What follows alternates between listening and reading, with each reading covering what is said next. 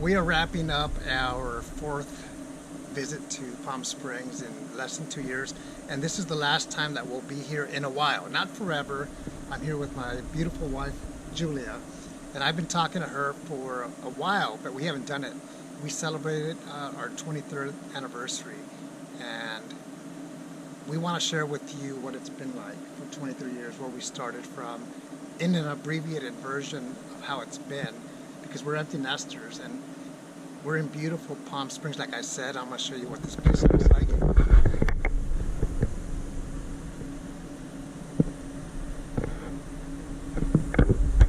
So what words do you have for the young couple that's out there that's been married, let's say, a year?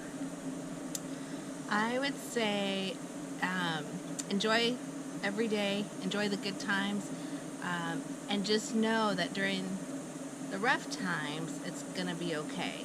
Sometimes I know I would feel like, oh my gosh, this is the end of our marriage because we're having a terrible day and I'm not doing a good job. Or so just know that on a bad day, you're going to be fine.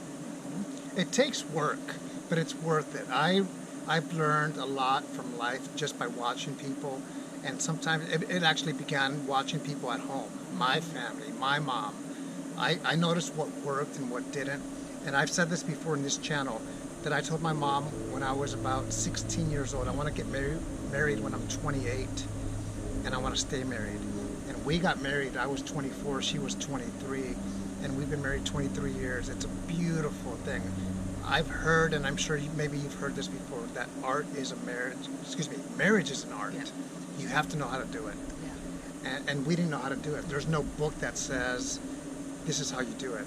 It's not like a job where you get trained to do it.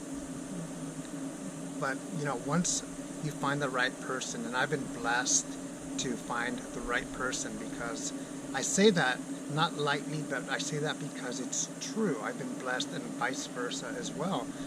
So it takes work, it takes adjustments. Marriage is a beautiful thing. It's not always easy. We were in marriage counseling at the 15-year mark. Like I've said before on the same channel, it's the best thing that could have happened to us.